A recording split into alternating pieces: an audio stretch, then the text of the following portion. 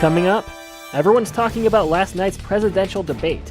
We'll tell you what a debate expert thinks. Plus, Coconino County has lots of newly registered voters as the deadline approaches.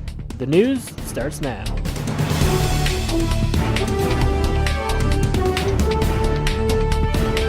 You're watching NAZ Today, Northern Arizona's local news. Good evening and welcome to NAZ Today. I'm Aaron Vidito. And I'm Quana Arnold. Thanks for tuning in. President Trump and former Vice President Biden faced off in the first presidential debate last night.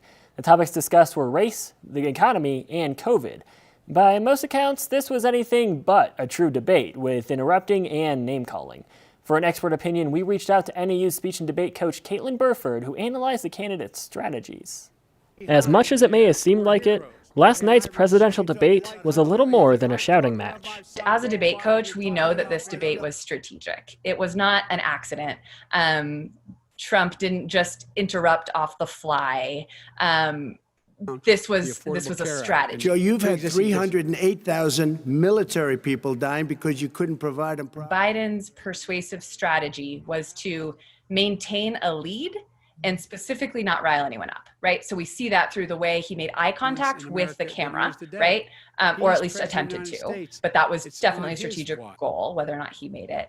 And specifically tried to kind of like laugh things off. We kind of see that as a strategy. He was thrown out, dishonorably discharged. Trump's strategy was very different, right? Trump's strategy was to cast doubt on the Democratic process and the future outcome of the elections, et cetera, and to kind of rile up his base. So because of that, Trump's eye contact was very rarely on the folks. It was almost entirely directed on Biden or the moderator. However, in Burford's eyes, this was not a debate. These are public acts of rhetoric, but they don't really function as debates anymore. Neither of them were speaking to quote unquote undecided voters. And I think that's like the easiest way to understand. Biden was speaking to his supporters and trying to establish and continue to hold on to those supporters. Trump was doing the exact same thing. But Burford says one way to get back to the roots of debate is to make it more fair and equitable. One way to do this? Mr. President, your campaign agreed to both sides would get 2-minute answers uninterrupted. Well, limiting interruptions. If I was judging a college debate, honestly, I would stop it. I would stop it, establish ground rules, and not continue until those ground rules or guidelines had been agreed upon by both sides. Another strategy she mentioned was cutting microphones to give both speakers a fair chance to talk. But ultimately, there was no winner. I don't think that, I don't think there's a winner, and I don't think the point was to have a winner. Aaron Vidito, NAZ Today.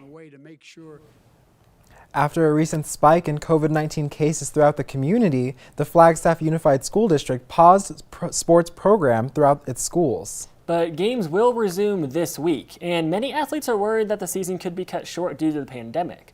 NAZ Today's Christian Ayala takes a closer look. Just a day after receiving approval from the Arizona Interscholastic Association about a week ago, the Flagstaff Unified School District was forced to put the brakes on fall sports due to an increase of COVID-19 cases throughout Coconino County, leaving many young athletes on the sideline. But it didn't last long. Our district believes that athletics are an important part of our students' experience in our schools. You know, they provide positive experiences, and we want to make sure that we can do everything to support our students in that process. The ban is being lifted this week. As football returns, Coconino High plays Flag High on Friday. The game may be on, but the experience will be different. We're really trying to navigate this in terms of the health parameters, making sure that we're doing adequate tracing, making sure everybody's within the appropriate health standards. COVID safeguards include reducing seating at athletic events to just 10% of capacity and requiring all spectators, coaches, and workers to wear masks. And while the pandemic may not last forever, district officials say its impact will likely bring permanent changes. Yeah, we do see that there's going to be some change in practices for how people navigate the systems going forward. And so our commitment is to work with those that are basing decisions on science and understand that and make sure that we're adopting policies as such. By the way, the district governing board will review plans for a phased return to in-person learning when they meet October 6th. The board will also look at how athletic events will continue to be regulated throughout the season. Christian Ayala, NAZ Today. The Flagstaff City Council is looking at a recovery plan that includes the continued free parking downtown and increased promotion of Flagstaff businesses. According to a city survey, only 2 to 6% of businesses in Flagstaff reported they were likely to permanently close, a significantly smaller amount than anticipated. Both Sedona and Coconino County have had a steady downward trajectory of layoffs and furloughs, with an additional upward trajectory of business reopenings. The deadline to register to vote in the state of Arizona is getting closer, and Coconino County Recorder Patty Hansen says registering to vote has never been more important. Not only is there the presidential election, but several candidates on the local ballot as well. Everybody knows we're going to be voting for president and vice president, but there's other races. We have a U.S. senatorial race, U.S. Congress. We're going to be voting in Flagstaff for mayor and city council. Not only can you register online, but through mail. You simply print off a registration form, complete it, and mail it back to the county office as long as you date the envelope by October 5th. Voting is a very powerful thing. And if it wasn't so powerful, we wouldn't have had this history in our country where we kept large segments of our population from being able to participate. And so people may think, oh, what's the big deal in that? It is a big deal. It's a responsibility, I think, that we have living in the United States to protect our democracy and participate in it. With Election Day nearly 1 month away, Coconino County has nearly 86,000 registered voters, not including more than 800 voter registration forms the county office received on National Voter Registration Day. Hansen says it's all about exercising your democratic right. Our democracy, I really believe, is strongest when everybody's voice is heard. And so people that like to complain, well, they better vote, because if you don't vote, you don't have a right to complain on what happened. Even though Coconino County has already broken the record for the number of registered voters, there's still a few more days left before the deadline on October 5th, Monday at midnight. The Flagstaff City Council will likely be waiting until 2022 to take action on the Schultz Meadow property. The city bought the land in 2005 for affordable housing, but the city decided to not go forward with the project in order to gather more community input, including a plan to leave the parcel open for open space. A local group had hoped to put the open space plan on the November ballot, but decided to wait until 2022. At last night's council meeting, Mayor Coral Evans says she would rather move forward with the affordable housing complex and says she now regrets her decision to delay the project back in 2017. Well, every Wednesday we highlight a high school athlete that has shown excellence on and off the field. This is called our Athlete of the Week. Because the season has yet to begin due to COVID-19, we're changing it up a bit with this week's Team of the Week. NAZ Today's Mitchell McKenzie is here in studio to preview our Coconino Panthers football team. Well, that's right, guys. Football season is back, and it's in full swing here in Flagstaff. Today, I preview the Coconino Panthers football team and how they approach this high-contact sport while going through a global pandemic. Let's take a look.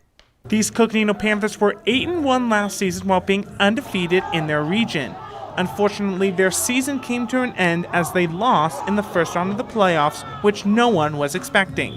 Head coach Mike Lapsley says this team is ready to accomplish their goals this season. Very much a team that focuses on one game at a time in order to accomplish our goals. So coming out strong this Friday is going to be something that we're striving to do. We know it's a very important game to get us on the right track for the season. A key returner for the Panthers is senior running back Zach Bennett. Bennett last season ran for over 1,700 yards on the ground while scoring 22 touchdowns.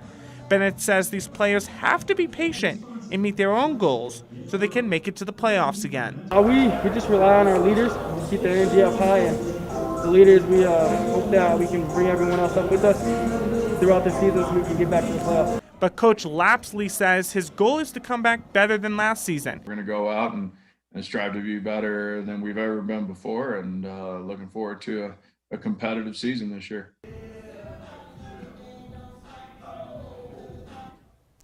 And guys, I can finally say that Friday Night Lights are back on. These Panthers kick off their season at home this Friday against Marcos de Niza at 7:30 p.m. Mitchell McKenzie, NAZ Today. Coming up, Oh, give me a break. in case you missed it, we'll have the highlights and the lowlights from last night's debate. Stay with us.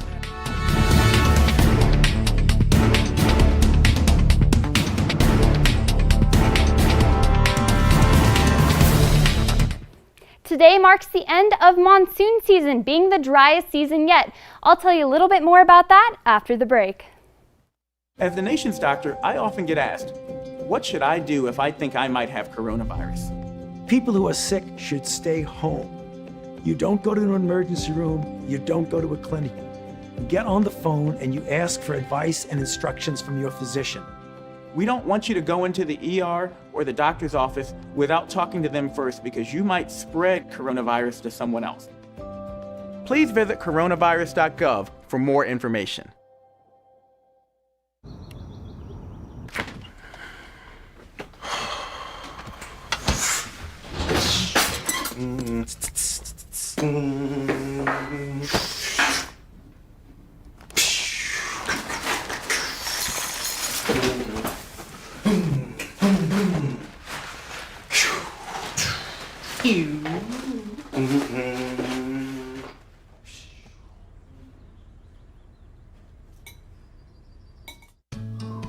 You wouldn't let money just blow out of your house.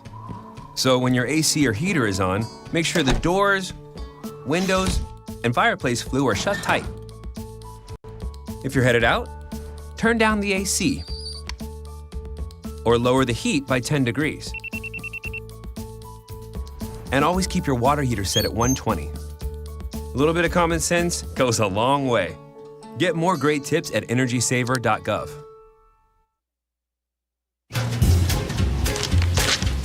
Really?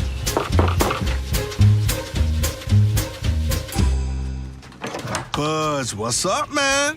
You left some leaves burning out here. Yeah, I just came in just for a second. Come on, man. If it's too hot to touch, it's too hot to leave. You could torch the whole neighborhood. It's a good point there, Smokey.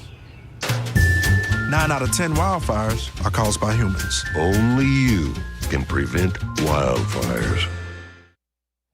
The Presidential Debate Commission is considering changes after last night's matchup went off the rails. The commission is considering whether to cut off the microphone of candidates who try to interrupt their opponent. CNN's Camila Bernal has a recap of the debate. I'm not going to answer the question on a night when millions of Americans tuned in to hear from their presidential candidates, voters heard this. The question is, the radical left. Will you shut up, man? Listen, the 90-minute debate was filled with heated exchanges and frustrating moments, with President Donald Trump at times trying to steamroll the Democratic nominee, Joe Biden. Wait a minute, Joe. Let me shut you down for a second. At times, Biden fighting back, but also trying to connect to the American people, including a personal moment when he defended his son Hunter. My son, like a lot of people we know at home, had a drug problem. He's overtaken it. He's fixed it. He's worked on it, and I'm proud of him. Trump, when given the opportunity by moderator Chris Wallace to denounce white supremacist groups, responded with this. Give me a name. Give me a white name. Supremacists and white supremacists and right Proud Boys,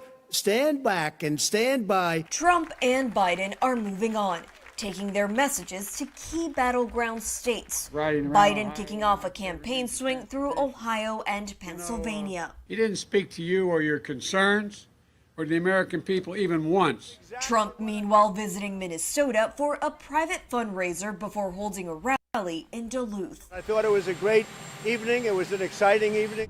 At the White House, I'm Camila Bernal.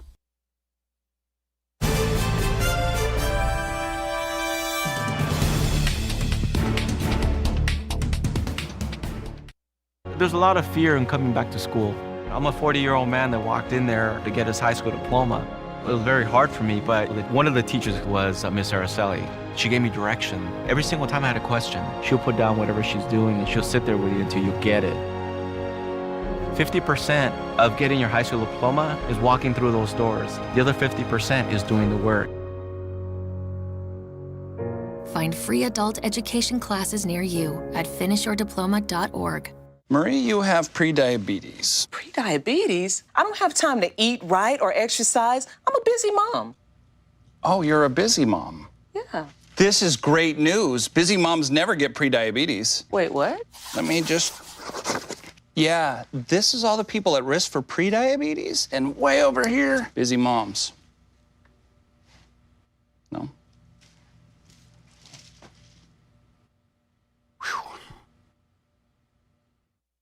So, I got this new family, and I don't know what it is about this one, but she can't seem to put down that toy all day long. Tap, tap, tap, tap.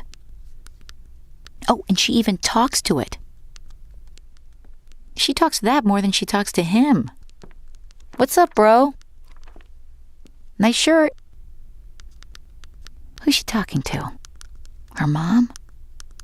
She talks to her mom a lot.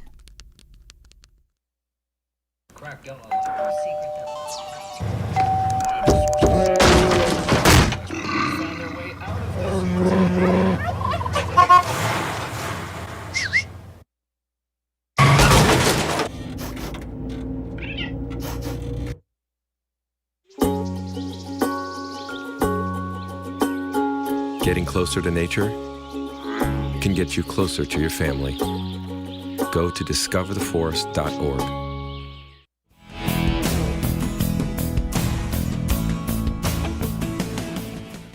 Welcome back to NAZ Today. I'm student forecaster Tori Smith, and as I said, we are going to be talking a little bit more about those driest monsoon season and looking at the average and how it was today. And throughout this whole season, we saw 1.78 inches in Flagstaff, a little over an inch in the Grand Canyon, and a little over 2 inches in Show Low and Prescott. Normally around the end of the monsoon season, we should be seeing about 8 or 9 inches of precipitation, but we are seeing those lower numbers, almost about 70 or 80% lower. So we got that for us. And the temperature for today, currently, it is 72 degrees with clear skies and a relative humidity of about 8%. That means we're seeing the drier, hotter atmosphere than normal with some light winds. So we are not seeing those gusts right now, but throughout the night we could be seeing them.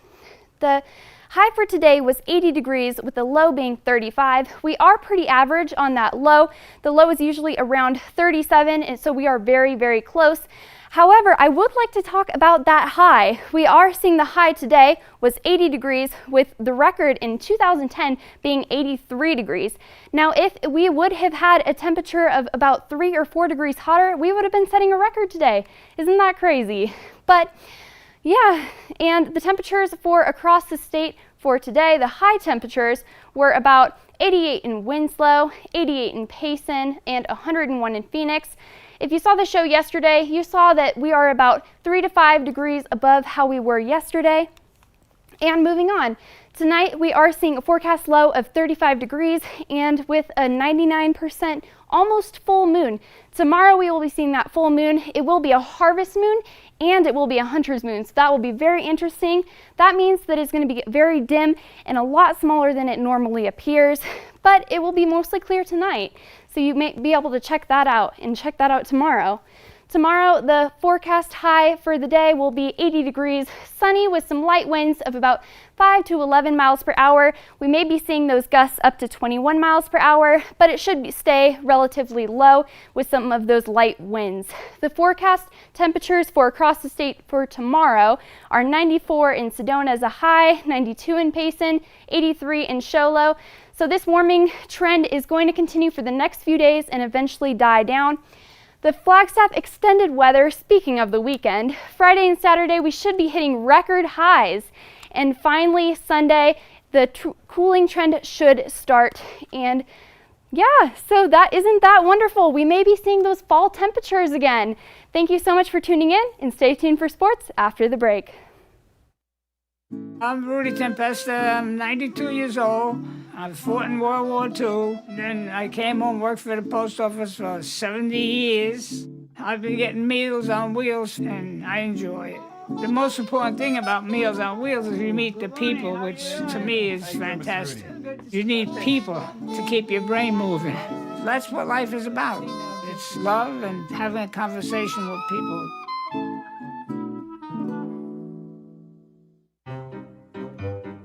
You think getting dumped by text is harsh?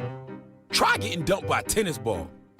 My ex-owner drove me out to the woods, yelled fetch, and by the time I brought the ball back, he was gone. Yeah, I was pissed. But the folks at the shelter helped me let go of my anger. I learned coping skills, like taking it to the hole. Boom! Now I'm ready to fetch again. But how about I throw and you run and get it?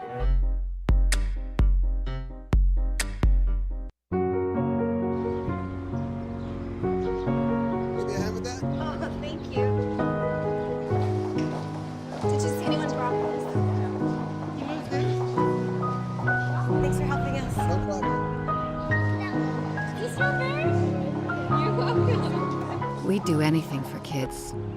Yet 1 in 6 children in the U.S. struggle with hunger. Help end childhood hunger near you. Learn how at feedingamerica.org. It appears these hot ashes are about to be dumped, which could possibly start a wildfire. How will Smokey deal with such a hot situation? The garden hose defense. Next, a thorough stir. Then another spray. And finally, feeling if the ashes are cool. Oh, yeah. Ah, yes, the selfie. A ritual practiced so frequently with this tribe, but not so much by Smokey Bear. Only you can prevent wildfires.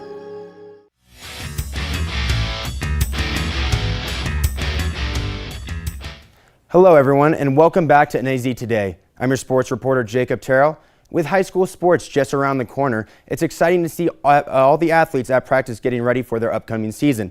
Today, we start over at Flagstaff High School and their cross-country team as they participate in the Ray Worley Invite this past Saturday. For the girls, it was a sweep. Mia Hall, Brooke Golightly, and Allie Thurgood took first, second, and third in the race. On the other side, for the boys, they had 3 runners in the top 10 as well. The Eagles are set to go to the Camp Verde Invitational this Saturday. Good luck to them and the rest of the team. Jumping over to the other side of town, I was able to check in with the Northland Prep girls soccer team in order to see what they are doing to prepare for this upcoming season and continue the winning culture they have built. Let's take a look. Winning is nothing new for the MPA Spartans. They are coming into the season with a hope to win their 4th straight state title, and head coach Keith Hovis wants to leave his seniors on a good note. I mean, we're shooting for our 4th state championship. I mean, that's what I think that's really what we want, and we want to send out our seniors. I mean, this is really about our seniors. This senior class is very talented. 4 of them started as freshmen here and helped win the 1st state championship, and so they want to finish. They want to finish really well in their senior year. When it comes to dominating their opponents in both offense and defense, MPA knows what that feels like. They outscored their opponents last year 145-10 and went undefeated with an overall record of 18-0. Even with the stunning season last year, the team still looks to improve every day. We've actually started expanding our knowledge on the game itself. Instead of just learning how to play one way, like through the middle, we've expanded that to how can we use our wings, how can we use our defense better, and just utilize every part of the field. Also going into her last year, senior forward Ellie Karen talked about the different circumstances that COVID has brought and how the girls have grown together and became more than just a team. Oh, I mean, this team is my family ever since my freshman year. It's been crazy because we've gone from freshman to senior, that we've been through all different types of people. Like, we've seen an entire team come and an entire team go. But the chemistry has stayed the same pretty much all the time, as we work really, really hard on team chemistry and working to put that together with people. So this year we faced some challenges with the pandemic and restrictions and not being able to gather, but we still work really hard with making sure we blend, because the team chemistry we find is just as important as actually playing and the skill sets. Even with 9 seniors leaving after this year, the program still looks to continue the winning culture once they're gone. Good luck to the Spartans and their seniors this year. That is all we have for sports today, but stay tuned for more NAZ after the break. Bye-bye. Hi. Hoping for a crisp breeze to help keep you alert. Oh, he took a sip of water too. That'll probably help. You were probably gonna turn down the radio too, so you could focus, right? Probably okay isn't okay. Right. If you see a warning sign, stop and call a cab, a car, or a friend. I think the water line is what really drove it home. I blew on him. Hi, I'm Peter, and there's nothing I love more than sharing vegetables with my friends. Come on in! Help yourself to anything. That's why we give our food the utmost respect it deserves. Did you know there are simple steps we can all take to help save food? You can cook it, store it, even share it. Just don't waste it. Because when it comes to food, better ache than never. To learn more, visit savethefood.com. I understand. I know it's not your typical resume. Okay, well. But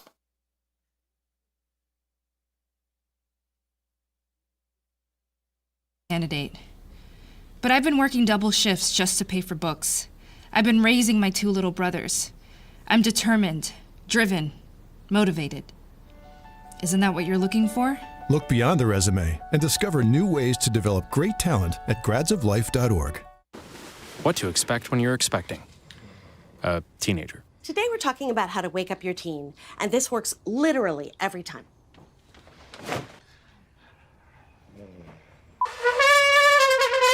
Good kisses. Good kisses. You heard how loud I heard. It wasn't you. Yeah. It was the... Is that bacon? You don't have to know it all to be a perfect parent.